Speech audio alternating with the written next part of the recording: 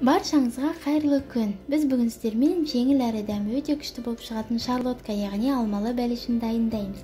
Ол үшін бізге 250 грамм ұн, 80 мл күнбағыс май, 180 грамм клейгей, 3 жұмыртқа, алма, 180 грамм қант, разрыхитель, ванилин қажет. Видеоны соңына дейін тамашалаңыздар. Ең алдымен ыдысымызға жұмыртқаны жарып салып дайындап аламыз. Оның үстіне қант қосамыз. Оны миксермен араластырып аламыз. Әппақ болғанша араластыру қажет, шамамен 3-4 минуттай. Массаның үстіне күнбағыс майын, оның үстіне клейгейді қосамыз. Сосын електен өткізілген ұнымызға разрыхитель мен ванилинді қосып араластырып аламыз. Оны дайын болған массамызға қосамыз және де барлығын қайтадан миксермен араластырамыз. Жақсылап араластырып аламыз. Ендігі кезекте алмамызды кубиктап турап дайындап аламыз. Менен 2 дана алма кетті. Мен 22 сантиметрлік форманы дайындадым.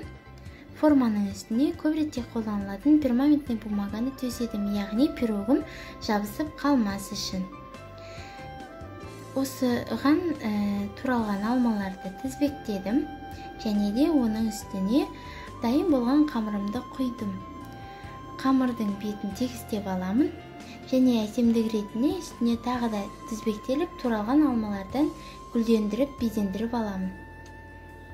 Мен бұл пирогтың рецептісін 2 жыл бойы қолданып келемін. Және бұл пирог өте жұмсақ әрі дәмді болып шығады. Сіздерге де кеңес беремін. Еш өкінбейсіздер. Қонақ келгенде столдарыңызға қойсаңыздар, қонақтарыңыз міндетті түрде бағалайды. Пирогымыз дайын.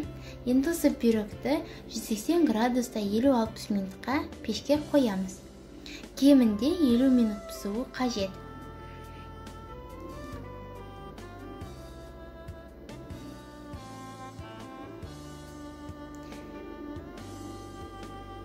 Пирогымыз дайын.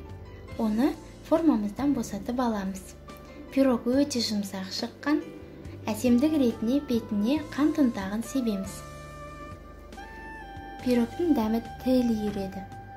Сіздерге де бұл пирогты дайындап көруге кеңес беремін. Ұнайды деген ойдамын. Кері байланыс ретінде комментарийге өз ойларыңызды жазып кетсеңіздер.